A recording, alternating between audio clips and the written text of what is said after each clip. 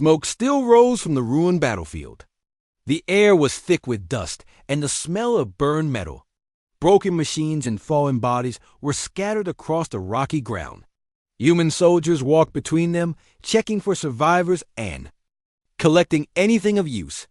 Corporal Nate Carter moved slowly, looking around. He was tall, with short brown hair and tired eyes. His armor was scratched, and his face was marked with dirt. He didn't talk much, but everyone in his unit respected him. He was known for being calm and strong in battle. This moon had been a hideout for the Yellari, a small alien race that had joined the wrong side of the war. Their weapons were weak, and their fighters were not trained. The humans had won the battle. Quickly dotted in the corner of the field, a group of Yellari prisoners were lined up. Most were young, weak, and scared. Some were wounded. The humans had orders to send them to the holding camp. Before that, they could choose one prisoner each for work duty, as allowed by the rules of war. The soldiers walked past the line, picking stronger aliens, those who looked like they could carry crates or clean gear. Some joked about it, others didn't care. One soldier laughed and pointed at a small Yellari girl crouched near a broken wall. "Look at that one," he said. "She's no good for anything." She was tiny, even for a Yellari. Her gray skin was bruised, and one of her horns was broken. She hugged her knees and kept her eyes down. Her name was Lyra, but no one knew that yet. The others moved on, leaving her alone. Then Nate stepped forward. He looked at her for a moment. She didn't meet his eyes. She seemed too weak to stand, too afraid to speak. "I'll take this one," Nate said. The other soldiers turned and stared. One of them laughed. "That one? She's useless." Nate didn't answer. He walked over to the girl and knelt beside her. Slowly, he reached out a hand. She flinched, but didn't run. Carefully, he helped her to her feet. She shook with fear. "Can you walk?" he asked softly. She didn't understand his words, but she nodded slowly. He guided her away from the line and toward the transport. As they walked, other soldiers whispered. Some looked confused, others annoyed. Nate didn't care. He had made his choice. Back at the outpost, Nate led her to a small room. It was clean but simple. A bed, a chair, and a sink. He brought her food and water and left her alone. She sat in the corner, unsure what would happen next. Later, Nate returned with a clean blanket and clothes that might fit her small body. He placed them on the bed and backed away. "You're safe here," he said. She looked up at him, eyes wide. She didn't believe him. For the first few days, she stayed silent. She ate little, slept less, and never spoke. Nate didn't push her. He came by each day with food and tried a few simple words. He smiled sometimes, but not too much. He knew fear could not be washed away in one day. One morning, she said something. Just one word. "Lyra." Nate looked at her and nodded. "Lyra," he repeated. He pointed to himself. "Nate." She stared for a moment, then gave a tiny nod. After that, they began to speak a little each day. She learned the names of things: food, water, room, door. He showed her how to say yes and no. He taught her how to ask for help. She still stayed quiet most of the time, but the fear in her eyes started to fade. She watched him closely. He never hit her. He never shouted. He brought her small things: a hair tie, a book with pictures, a soft towel. The other soldiers still talked behind his back. Some called him strange. Others said he was wasting his time. But Nate didn't care. He saw something in her. Not strength, not skill, but something deeper. A spark, maybe. Or just the simple truth that no one else had chosen her. And that was enough for him. In the quiet nights, Lyra would sit by the window, looking up at the stars. She still didn't know what Nate wanted from her, but she knew this. He hadn't hurt her. He had chosen her when no one else would. And though she didn't yet understand why, she began to feel something she had never felt before. Hope. Lyra woke up early. She didn't sleep much, but now she felt a little stronger. Her body still hurt in places, and her horn would never grow back, but she was alive. That was something. She looked around the room. It was still quiet. The soft blanket was wrapped around her legs. She didn't understand this place. It was not a prison, but she wasn't free. The human Nate brought her food and clothes. He spoke softly. He didn't hit her or yell, but Lyra still didn't trust him. Where she came from, kindness was a trick. Food came with pain. Smiles came before punishment.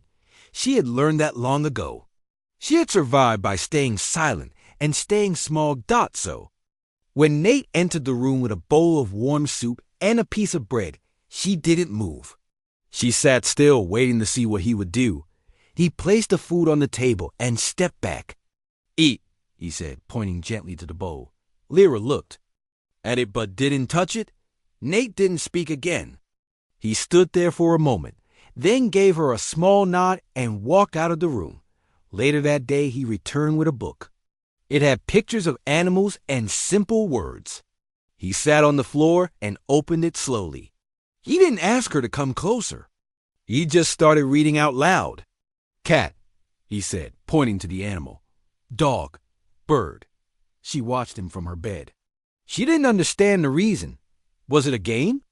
Was he trying to make her lower her guard? Every day he came. He brought books, food, clean water, small gifts.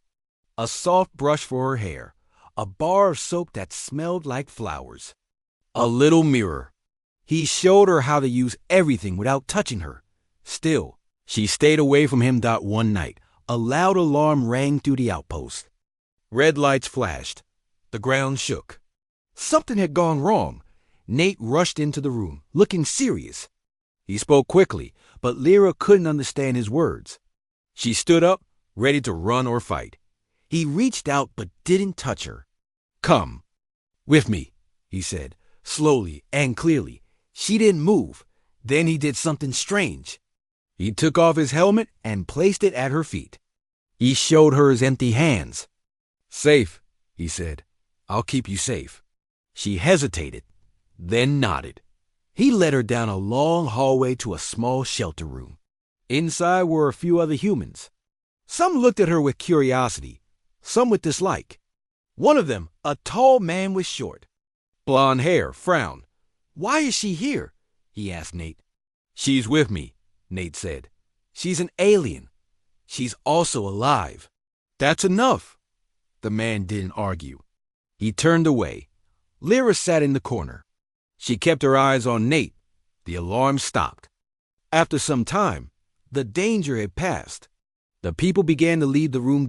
As Nate walked her back, she finally spoke. Why? She asked quietly. He looked at her. Why what? Why me? He smiled a little. Because you were alone. No one should be left behind. That night, she ate all her food. When he brought the book again, she got up and sat beside him. She pointed at a picture. Bird, she said softly. He nodded. Yes, bird. From that day, something changed. She began to speak more. She learned new words. She laughed once, just a small sound. Nate didn't say anything, but his eyes showed that he noticed. Lyra still didn't understand why Nate was different, but she started to believe that maybe he truly didn't want to hurt her. Maybe he wanted her to grow, to live, even to smile. One afternoon, Nate brought her outside. The sky was wide and blue. She hadn't seen it since she was captured. The sun felt warm on her skin. She closed her eyes for a moment and took a deep breath. Beautiful, she whispered. Nate nodded. Yes, beautiful. They stood there for a long time without talking. It was a quiet moment, a strange one. She didn't feel fear, not like before. That night, she asked him a question. Can I help? He looked at her with surprise. Help with what? Anything. I want to be useful. He thought for a moment, then said, You already are. But if you want, I can teach you more. She nodded. Yes, teach. And so the next step began. Slowly, gently, with patience. Lyra had refused trust before. But now, She was ready to learn. Lyra woke early again. The room was quiet. The air felt cool on her skin. She sat on the edge of her bed and looked at the small mirror Nate had given her. Her face was thinner, but her eyes were brighter now. She had started to feel more like a person and less like a shadow. Every day Nate came to teach her. He brought books, tools, and sometimes even strange human food. He showed her how to speak better and use her hands for small tasks. Lyra learned quickly. Her memory was sharp. Her hands, though small, were steady. One evening, Nate brought her to a large open room at the back of the outpost. The floor was marked with lines, and the walls held shelves of training gear. "This is the practice hall," he said. Lyra looked around. It was quiet now, but she could feel energy in the room. Something about it made her heart beat faster. Nate walked to the center and stood in a fighting stance. "Watch." He moved slowly, showing a basic strike. Then he showed how to block. He moved with control and strength. When he was done, he looked at her and nodded. "Your turn." Lyra stepped forward. She copied his movement, but her legs were not strong yet. She fell after the second move. Nate didn't laugh. He walked over, helped her up, and said, "Again." She tried again and again. She kept falling, but each time she got back up. They trained for an hour. When it was over, she was tired but smiling. "Good work," Nate said. "You learned fast." Lyra felt something warm in her chest. No one had ever said those words to her before. The next day, she returned to the practice hall on her own. Nate found her there, copying the movement she had learned. She didn't see him watching from the door. He smiled and didn't stop her. Soon, training became part of her daily life. Nate gave her better shoes and light armor to protect her arms and legs. He taught her how to move, how to stand, how to watch her enemy. She was small, but she was fast. Her thin arms held more strength than most expected. One afternoon, while she was practicing kicks, another soldier walked in. His name was Rick. He laughed when he saw her. "What's this? The little alien thinks she's a fighter now?" Lyra stopped and looked at him. Her hands curled into fists, but she said nothing. Rick looked at Nate. "You wasting your time, man. She's no soldier." "She's just a pet." Nate didn't answer him. He turned to Lyra. "Let's keep going." Lyra nodded and started again. Rick watched for a few more minutes, then left. Lyra trained harder after that. She wanted to prove she was more than what Rick said. She wanted to prove it to herself, too. Over the next few weeks, she improved quickly. She could now do full practice rounds without falling. Her strikes became faster. Her balance grew stronger. She could dodge, block, and move like someone who had trained for years. Nate noticed the change. He started teaching her more difficult moves. He even brought in a second soldier to spar with her, Maria, a kind but tough woman who respected skill over words. Maria fought Lyra carefully at first. But as Lyra held her own, Maria began to smile. "You're not bad," she said. "You've got the fire." That word stayed in Lyra's mind. Fire. She had never thought of herself that way. Weak, yes. Lost, yes. But fire? One evening, Lyra stood in front of the mirror again. She looked at her reflection. Her shoulders were straighter. Her arms had small muscles now. Her eyes looked steady. She whispered to herself, "Fire." That night, Nate gave her a small gift. It was a thin band made of dark metal, shaped like a bracelet. "This is a token," he said, "for fighters who show heart. You earned it." Lyra took it with both hands. She said nothing, but her eyes were full of emotion. She placed the band on her wrist and held it close. Something inside her had changed. She still remembered pain, hunger, and fear. But now she also knew strength, trust, and purpose. She was no longer the weak girl hiding in the corner. She was becoming a warrior. And deep inside, where only she could feel it, the fire had started to burn. The sun was low when the alarm rang. Lyra was in the practice hall, working on a new move Nate had shown her. The loud sound echoed through the base. Red lights flashed along the walls. She stopped and looked toward the door. Her heart started to beat fast.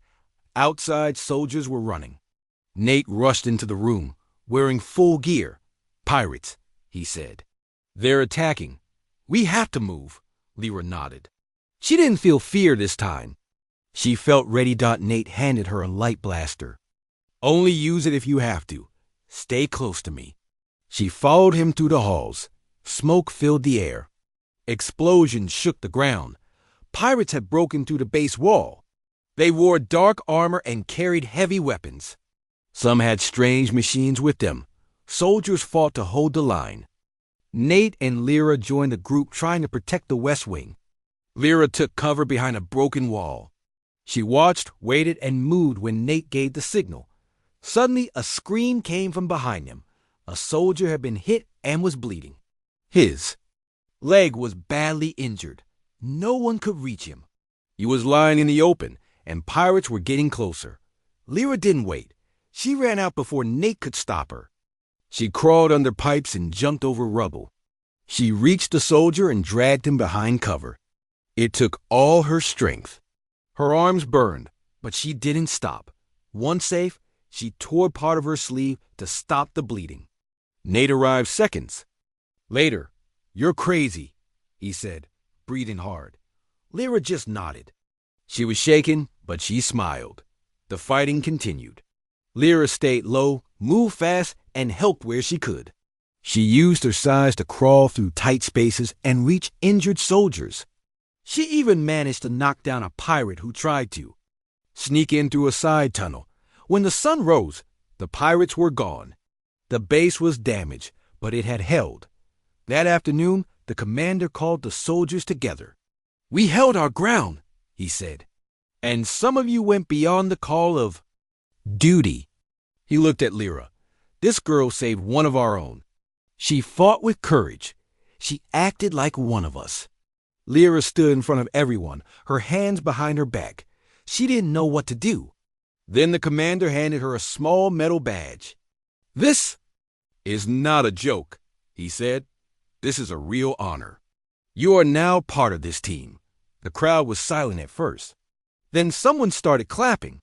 Others joined in. Lyra looked at Nate. He was smiling. Later that night, Lyra sat in her room holding the badge. It felt heavy in her hand. Not because of the weight, but because of what it meant. She had always been the weakest. The one no one wanted. Now, she had stood in battle beside humans, and they had accepted her. Nate came in and sat beside her. "You did more than I expected," he said. "You taught me," she replied. He shook his head. "No, you found your strength. On your own. I just helped you see it." Lyra looked at the badge again. "What happens now?" she asked. "Now," Nate said, "you keep going, training, learning. And one day, maybe you'll lead others." She thought about that. It was hard to imagine. But then again, she had once thought she would never be more than a prisoner. She put the badge on her shelf, next to the bracelet. Two simple things. But to her, they meant the world. The next morning, she woke up early. She went to the training room alone. She began to move through her drills. Her arms were sore, but she didn't stop. She pushed harder. A few soldiers watched her from the door. One of them, a younger man named Eli, stepped inside. "Can you show me that move?" he asked. Lyra turned to him and nodded. She showed him the steps slowly. He followed her. He wasn't very good, but he listened. Others joined them. Soon 5 soldiers were watching her. She corrected their stances. She explained in simple words what Nate had taught her. She didn't feel small anymore. Later, Nate walked by and saw the group. He didn't interrupt. He just stood in the corner, arms crossed, watching. He smiled again. Lyra was no longer just a girl from a broken world. She was a fighter, a teacher, a part of the team, and her fire burned stronger than ever. Lyra stood outside the barracks as the wind blew across the training yard. Her hair was tied back, and she wore the light armor Nate had given her. The badge on her chest shined under the sun. Some soldiers nodded when they passed her now. Others looked away. Not everyone liked what she had become. She walked to the practice hall, where Nate was waiting. He smiled when he saw her. "Morning, soldier," he said. Lyra smiled back. "Morning, Nate." They began their drills. She moved faster now, stronger. Her strikes had power. Her balance was sharp. Nate corrected her less with each passing day dot. Then Rick walked in. He stood near the doorway, arms crossed, watching them. Lyra noticed him, but didn't stop. After a few minutes, he stepped forward. "She doesn't belong here," Rick said. Nate turned to face him. "She earned her place," Rick laughed. "One lucky fight, and now she's one of us? I don't buy it." Lyra stayed calm. "She didn't speak." Rick pointed at her. "Let's see what she's really made of." "Spar with me." Nate stepped forward. "That's not necessary. She wants to be one of us, right? Let's test her." Lyra looked at Nate. He met her eyes. "Your choice," he said softly. Lyra nodded. "I'll fight." They cleared the floor. Other soldiers gathered to watch. The air felt heavy. Rick and Lyra stood facing each other. Rick was taller, heavier, and stronger. But Lyra had speed and control. The match began. Rick charged first. Lyra dodged quickly, stepping to the side. She stayed light on her feet. Rick swung wide, and she ducked. She landed a quick hit to his side. The crowd murmured. Rick grunted and came back harder. This time, he caught her arm and pushed her back. She stumbled but didn't fall. Nate watched closely. Lyra adjusted her stance. She waited for Rick to move again. He rushed at her, aiming low. She jumped and landed behind him. Before he could turn, she swept his legs. He hit the floor hard. Silence filled the room. Rick sat up slowly. He looked at her with wide eyes. Lyra stepped back and bowed slightly, the way Nate had taught her. Rick didn't say a word. He stood and left the room. Then someone clapped. Then another. Soon, the whole room was clapping. Lyra turned to Nate. He gave her a proud smile. After the match, the air around her changed. More soldiers began to speak to her. Some asked her about her training. Others invited her to eat with them. The walls between her and the team started to fall. That evening, Lyra sat with Nate outside the base. The sky was orange and gold. "You handled that well," he said. "He was strong," Lyra said. "But he was angry," Nate nodded. "Anger makes people careless." "You stayed calm." She looked down at her hands. "Some still don't trust me." "That's true," he said. "But trust takes time. And you're earning it." She looked at him. "Do you trust me?" He didn't answer right away. Then he said, "Yes, I do." Those words meant more to her than any badge. A few days later, Lyra was asked to lead a short patrol. Just a small group of soldiers around the outer fence. Nate didn't go with her. It was the first time she was on her own. At first, everything was quiet. The wind moved the dry grass. Her team followed her without complaint. Then they found tracks. Someone had been near the fence. Lyra gave clear orders. "Two go left. I'll go right. Stay in line." They moved slowly. Then, from the bush, two wild animals jumped out. Not pirates, just hungry creatures from the planet. One soldier froze. Lyra acted fast. She pulled him back and shot near the animals. They ran off. "Everyone okay?" She asked. The soldier she saved nodded. "Thanks." When they returned, the team reported to the commander. He nodded in approval. That night, Lyra sat alone under the stars. She thought about how far she had come. From the smallest, weakest prisoner to a leader of her own patrol. She still remembered the cold floor where she had first sat. She remembered thinking she would never matter. But now, people followed her. Listened to her. She wasn't just a student. Anymore. She was becoming someone others could believe in. Weeks passed. The base was calm again, but Lyra's training didn't stop. She spent every morning in the practice hall and every afternoon helping the younger soldiers.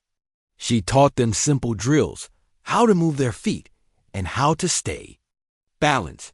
She used the same calm tone Nate had once used with her. One day, the commander called her into his office. She stood straight and waited while he read something on his screen. "Lyra," he said finally, "you've done well. Very well." She stayed quiet. "There's a new program starting at the Human Academy. It's for advanced training. I think you're ready." She blinked. "The Academy?" "Yes. You'll train with elite units. Not many get the chance. It's a big step." Lyra looked down for a moment. The thought of leaving the base, leaving Nate, made her chest feel heavy. "Do I have a choice?" she asked. "Of course, but I believe this will help you grow. You're not the girl we found months ago." That night, she sat with Nate under the stars. "They want me to go to the academy," she said. Nate didn't look surprised. "I thought they would. You've earned it. I don't know if I'm ready. You are, and I'll still be here. This isn't. Goodbye. It's a new chapter." Lyra didn't answer right away. She stared up at the stars. Then she nodded. "I'll go." The next day, she left with a small group of trainees. Nate gave her a small gift before she boarded the ship. It was a piece of carved wood, part of the old training ring. She held it tight in her hand as the ship rose into the sky. The academy was bigger than she expected, full of noise, people, and movement. There were humans from many places, all training to become leaders. Some looked at her with curiosity. Others ignored her. She didn't mind. Her first test came fast, an obstacle course that made others quit halfway. But Lyra finished it. Her arms bled, her legs ached, but she didn't stop dotting the evenings. She sat alone and remembered Nate's lessons. Breathe, stay calm, keep going. Soon the instructors noticed her. They gave her harder tasks. She did them all. When others fell behind, she helped them. She never forgot what it felt like to be the weakest. Months passed. Her body grew stronger. Her voice grew louder. She led her squad during drills. She spoke clearly and gave orders with care. Then one day her group was sent on a real mission. A supply drop had gone missing near a dangerous zone. They had to find it and return safely. Lyra led the team. She used every skill she had learned. They found the supplies and got back without losing a single person. After the mission, her commander gave her a patch one only given to those who showed leadership under pressure. "You're ready," he said. When she returned to the outpost months later, things had changed. New faces were everywhere. Some buildings had been rebuilt. But when she stepped into the base, people still recognized her. A soldier ran to find Nate. He walked into the hall a few minutes later, his smile wide. "You came back," he said. Lyra walked up to him. She stood taller now. Her armor was new, her eyes sharp. "I kept the gift," she said, holding up the wooden piece. He looked proud. "And I kept your old practice ring." That night, they sat by the fire as others gathered around. Lyra told them stories about the academy, the hard days, the victories, the things she learned. A young soldier asked her, "What was the hardest part?" She thought for a moment, "Believing I belonged there. But I did. Because someone once believed in me." Nate looked into the fire and said, "And now others believe in you." She smiled. Lyra had left as a student. She had returned as a leader doc, and the path of the warrior stretched ahead of her, bright and full of promise. A year had passed since Lyra first stepped onto the human base as a scared, broken prisoner. Now she stood on the main deck of a large human cruiser, dressed in full combat armor. Her badge and academy patch were polished and shining. She had come far, but her journey was not over. The cruiser was heading toward a distant planet. A distress call had come from a human colony there. Pirates had attacked again, and this time they had taken hostages. Lyra was not just a soldier now. She was the mission leader. She stood in front of her team, giving orders in a steady voice. "We land in 20 minutes. Stay in pairs. Move fast. Keep the civilians safe." The others listened closely. Most of them were older than her, but they followed her without question. She had earned their respect. When the ship landed, the ground shook. Smoke rose in the air. Buildings were burning. Civilians were hiding wherever they could. Lyra led the team through the ruins. Her eyes moved quickly, scanning every corner. She remembered Nate's words, "Stay calm, stay sharp." They found the first group of hostages in a school building. 2 pirates stood guard. Lyra signaled to her team, and in seconds, the pirates were down. The hostages were freed. One woman grabbed Lyra's hand and whispered, "Thank you." Lyra just nodded. "Stay hidden. Help will come." They moved on. The deeper they went, the more dangerous it became. Traps were hidden in the roads. One soldier almost stepped on one, but Lyra stopped him just in time. They reached the center of the colony where the pirates had made their base. There were more of them than expected. Lyra studied the area. "We can't rush in," said one of her team members. "No," Lyra agreed, "but we don't have to." Watch and wait. She saw the pattern of the pirates' movements. She waited for the right moment. When it came, she gave the signal. Her team moved like shadows. Quiet, fast, and sharp dot within minutes. They had taken the area. The last pirate tried to run, but Lyra caught him herself. She moved with the same speed and skill she had trained for. The hostages were freed. The colony was safe. After the mission, Lyra stood with her team as the commander of the cruiser stepped out to meet them. "You led this well," he said. "No lives lost. That's rare." Lyra didn't say much. She just looked at her team, then at the people behind them, safe and alive. Later, back on the ship, Lyra sat alone in the observation room. Stars stretched across the window. She held the wooden piece Nate had given her. It was worn now, but still solid. Footsteps approached. It was a message officer. "A call from the outpost," he said. "From Nate." She smiled. "Put it through." Nate's face appeared on the screen. He looked older, more tired, but still had that same calm smile.